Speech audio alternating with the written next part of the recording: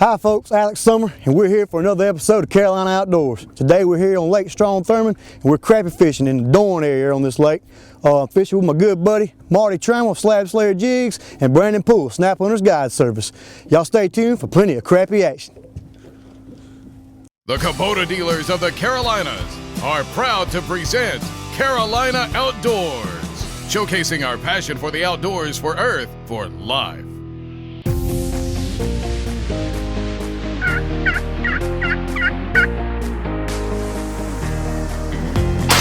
Later. Here. I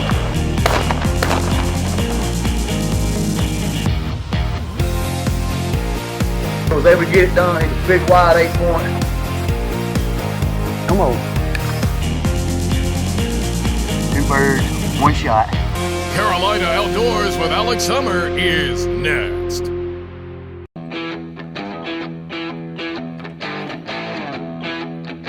We got one on already. It's about 35 degrees this morning. I know we had plenty of rain over the past 2 weeks, probably had 2 inches of rain. Brandon's got us out here, Snap Hunters Guide Service. Brandon, when you fish these rods, I noticed we got a whole little setup right here, and the longer rods are on the back. What's the different lengths of your rods you have out here? We fish 10-foot rods out the back. We fish 12, 14, 16, and you've got the fish on the 18. I think I can bring him right over top of that one. Yep, stop reeling right there, just pick him. Pick him back this way. Right to the tip of the rod, didn't I? Yep, there we go. You can just kind of pick him up. We can boat him on here, can't we? In. There you go. All right. And that right there is about a little 8-inch black crappie. As we say in the South, crappie, not crappie. That's right. And now, what's the length on this lake that you keep them at is 8 inches? In South Carolina, the minimum length, the whole state is 8 inches, and you can keep 20 per person. 20 per person. And this would be and that's for everybody that has a license on the boat, right? That's right, for a license. So there is not an umbrella like in saltwater. In freshwater fishing, everybody's got to have a license if you come out on the boat with it. Right. I know there's 2 different types of crappie in this lake. There's a black crappie and a white crappie. Now that one there is a black crappie. That's correct. This is a black. The whites have vertical lines. And that one they're kind of speckled throughout them, yes, right? That's right. They're really clear, silverish right now because the water is stained.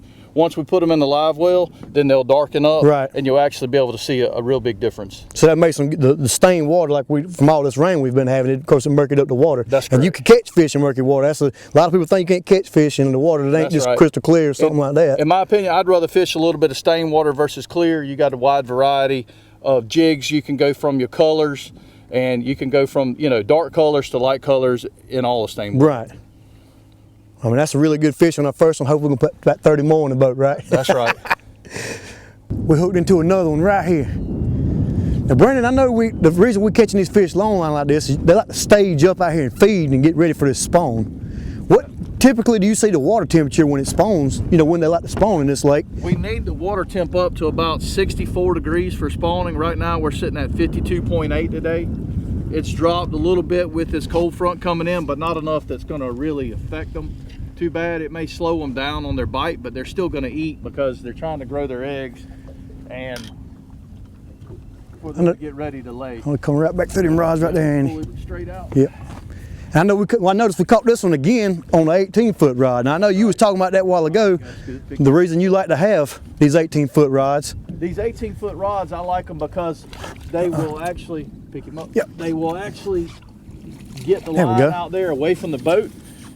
And you were saying because they probably feel the pressure sometimes, according to how shallow they are of the boat coming over them and things. That's correct. So this fish here never felt the boat go over it. That's about a 12-inch fish. That's just a perfect eating fish right there. Get 2 good fillets off of them. That's frying pan size to me. That's exactly right. And of course, same thing. Look at that color. Right. Second fish on that color. So that's another one we probably want to take a jig off. Right. Put that color on another rod because that's telling me they're liking this color today. Right. And so that's what you typically do. You throw out a wide array of colors, and then when you see a color they kind of homing in on, you try to go more and more towards that color as you catch them, right? That's right. And so now we'll put one on maybe the back rods back here. Right. Because what that does is now the back rods are moving a little bit deeper than the side rods. So now we'll put one back here too and see if that helps with catching those fish that are up and down in the water column. Now, what type of rods do you like to use? These rods here, these red rods are my rod sponsor, Jinko Fishing. These are the Spider Troll series, and these in the back are their Slab City series. I use both to give a wide variety, and I love these rods because they're really durable and they're very dependable. And I've caught hundreds, if not thousands, of fish off of these rods, and they're perfect for me. I have caught the biggest fish came off my 16-foot Jinko I've ever caught on was a 32.5-inch striper in Lake Greenwood. Oh man! So you know that striper was pushing close to 15 pounds up right there. And what's the action on his rod? Is it, I mean, heavy? It's got a kind of a medium rod, and you got a real light tip. So they take. I know you can see that tip just barely moving. They'll swim with the boat sometimes almost. So they make that tip really light because sometimes these fish will want to short strike it, right, or just grab it and they'll actually swim with the boat, and they just move it an inch. Then you know you got a fish. And right. That's another reason why the action on them is so great. Okay. Well, let's get some more. Let's get some more. I know we've got some wind right now. Do you think that helps move the water more? 'Cause I know for sure it's 36 degrees out here today, and we're getting some wind now. It makes it even cooler, don't it? Yeah, it does. And of course, I got him tangled up in there, yeah. You know, sometimes they don't cooperate, but we'll get it worked out. I mean, what made you get into wanting to guide for crappie? I know, I mean, obviously you have a love for it. What made you get into guiding for it? It's such a passion. I learned from my father-in-law back when I started dating my wife. Right. Back in '99, and I learned and I got hooked on it there. And once I got hooked on it, it just kind of went from there. And so I decided to go to sea school, get my captain's license, and get all that stuff handled. That way I'm doing it the right way. Right. And it just led to that. So it's something I hope that I can continue for, a long time. I know you've got us out here in the wind today, like I said, and it's cold, but I mean, you can catch fish in the cold and the wind. Oh yeah. The fishing's picked up as the winds came up though. That's correct. That's exactly right. And so as long as you sit here, and you're willing to battle the conditions, you can go out and catch crappie right now. Well, if somebody's wanting to go out and catch crappie with you, how can we get in touch with you to line up a trip with yourself? They can give me a call on my cell phone. The number is 803-518-5265, or they can contact me through Facebook, Snap Hunters Guide Service. Also, if you go in and Google the web address, it's snaphuntersfishing.com, and that takes you to my Facebook page, has all the information on there and my phone number. Okay. Well, we're going to get this one in the live well. Y'all stay tuned for more Carolina Outdoors.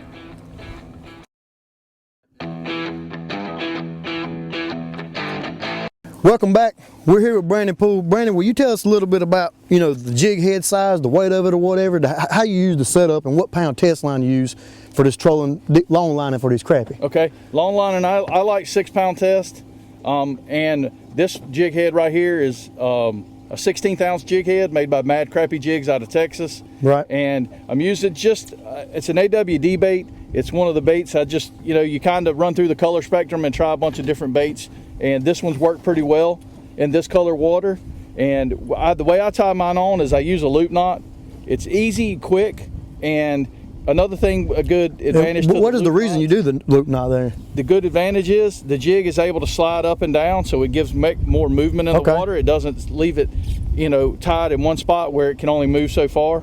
And then when I throw it out, before I do, I tip all my jigs with Tuffy minnows, and basically you hook them right through the bottom lip, right out between the head through the eyes, right there. Right. And that's how it sits in the water, and when you pull it, it's like this, and that minnow gives extra action. As you can see, it's flipping right there. Right. I know you were saying a while ago when we was talking about it that sometimes you end up hooking into a striper or something with that minnow tipped on that jig. That's right. Now I imagine that's a heck of a fight on these crappie rods when you got 6-pound test. Exactly. With 6-pound test, you have to get that rod real high up in the air and let him get behind all your crappie lines, because if you don't, he'll wrap everything on the boat. He's going to wreak havoc on it, and then you're going to go retie. And with these long rods, you can actually let the rod do the work to get one of them big stripers you hold in. him up and just kind of let it sit there against you, and that rod will wear him out and tire him out, and then you can reel him in. Right. And I know, like you was talking a little bit while ago about different rods. That rod there, how long is that rod that's on this? That rod is 18 foot. That's my longest rod. And you like to put the short ones at the back and umbrella it out from there. That's correct. And what that does, it's like you're presenting a big line of bait coming through the water, plus it keeps them away from each other to hope you don't get them tangled. Right.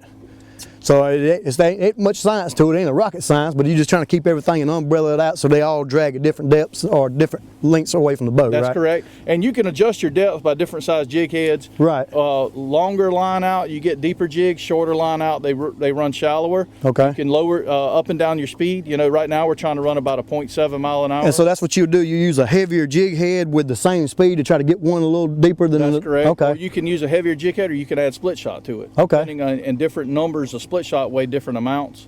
And you just look as far as the depth you'd fish. You basically look at your graph to see where the fish are actually staging up at, and try to pull it just above them, or put it right there in front of them. Put it right above them. The crappie and the suspended crappie will feed up. Okay. And so they want that jig, and then when it comes by, it incites that strike for them to get it. And okay. Well, let's get them back in the water.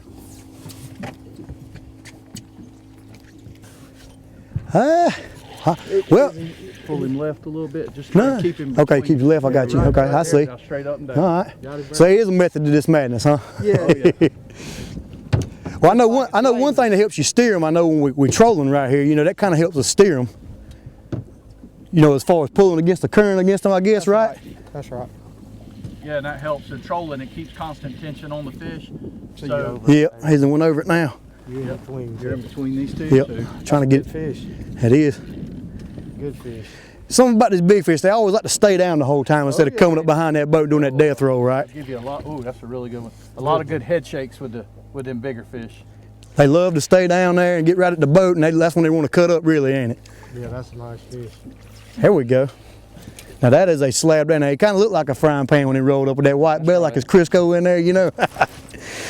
Now, so this one here wasn't the chartreuse. What would you call this color here? That's called bumblebee. Bumblebee. Okay. Get you out of the net That right fish here. right there, that's probably 14, maybe even 15 inches, and it probably weighs about 1.3 or 1 pound 3/4 maybe. I know you mentioned tournaments. They have a lot of crappie tournaments out there right now. That's right. So this fish right here would be a really good fish to start off the day for a crappie tournament. And you know, once you put a weight on him, some would hope it's trying to kind of cull him out. And so that you saying so that'd be more of a fish you'd want for a tournament, right? That'd be a great fish for a tournament. Oh yeah, definitely. And looks like a great one for the frying pan myself. yeah, we can tell you what, if you hold it, Yeah. put a scale on him real quick. And they're just they flat. Oh, so right now they have eggs in them now. They probably ain't. That may be a male. Okay. Right there. That's a big old male, because typically the females. And I know, like you said, that, you know, they's males, they'll turn black when they're getting ready to do the breeding, right? That's right. When they get ready to spawn. And I've heard people calling what you said a while ago. You said tuxedo. They wear the Yeah, tuxedo. That's right. They get their tuxedos on. What do you think this one's gonna weigh? 160. Got a 152. So this fish is 1.5 pounds. Okay. And is about 15 inches long. That is a really nice crappie. We'll catch another mess full of them. We'll be in business, won't we? Yeah. Oh yeah. I noticed one thing, Brandon. We done turned around and letting the wind blow us down through here, and we're using the trolling motor basically to try to keep us straight. Now, do you really see a difference as opposed to pulling into the wind? Yes, against the wind is a whole lot more consistent bite, and it seems to be better. Yes, sir. And because you can control your speed, so your jigs are running true in the depth. And then if you're, that's a good one. Yeah. If you're running with the wind, I think we caught a dolphin in here. yeah, if the wind's pushing you, then you're having to make sure the front of the boat stays straight. Oh, that's a donkey. That is a That is a pig. donkey there. That's a big Look at that pig there. acid rain. Acid rain. Woo. I believe we just finally hit the 2 pound mark. That's a 2-pounder. Yeah, that's an acid rain slab slayer jig Let me see. We got a little bit of everything, don't with we? the Mr. Crappie. Oh yeah. Look at the mouth on that. That's almost like a large mouth. Oh yeah, big old. This is a big old female. How long would you say? That's probably a 16-inch fish there. Oh yeah. That's what I was thinking. Definitely. Let's tell you what. Let me put it on the throw her on the. Let's set this right there for now.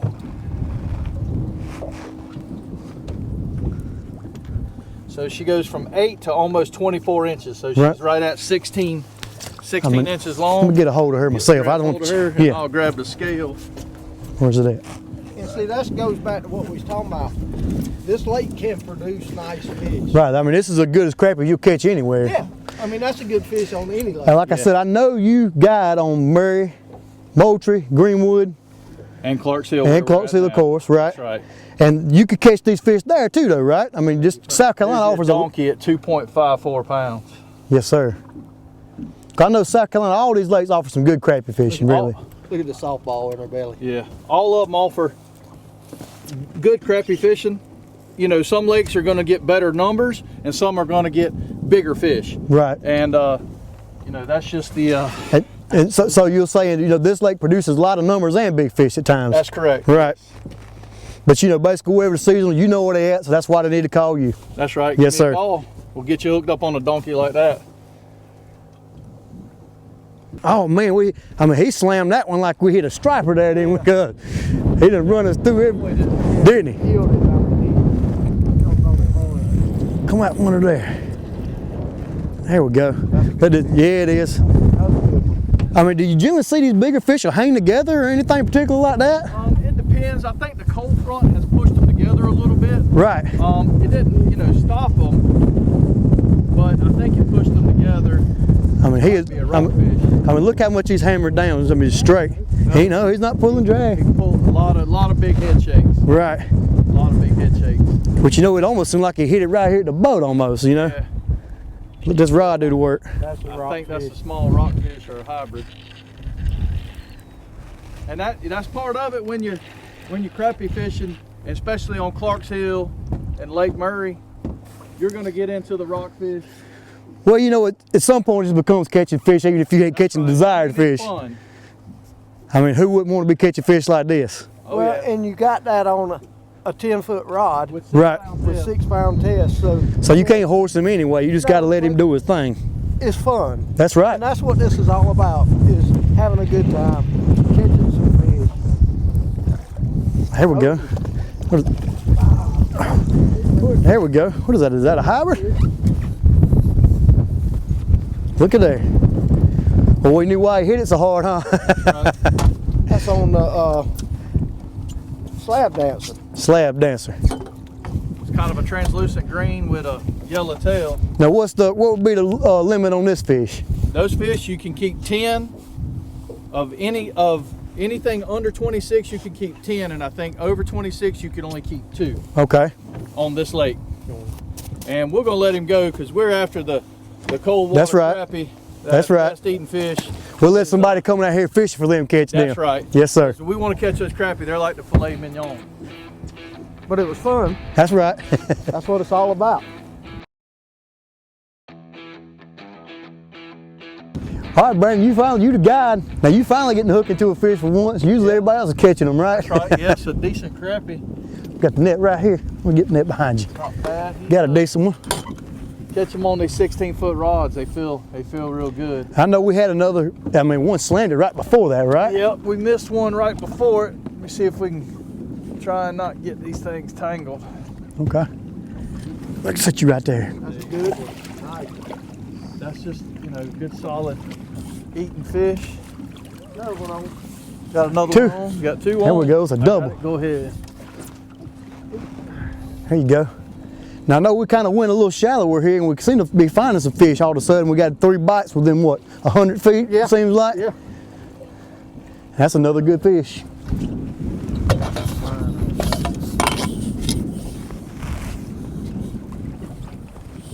There we go.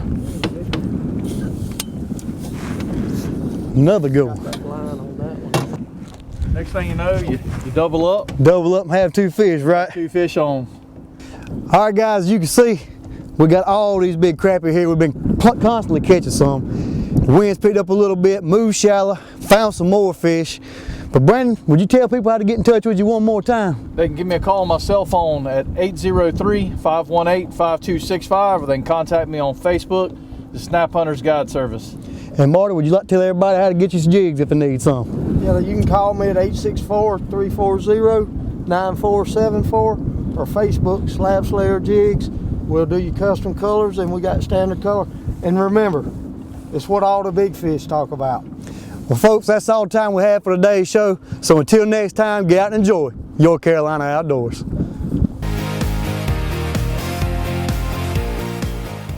Thanks for watching Carolina Outdoors, online 24/7 at scoutdoors.com. See you next week on Carolina Outdoors.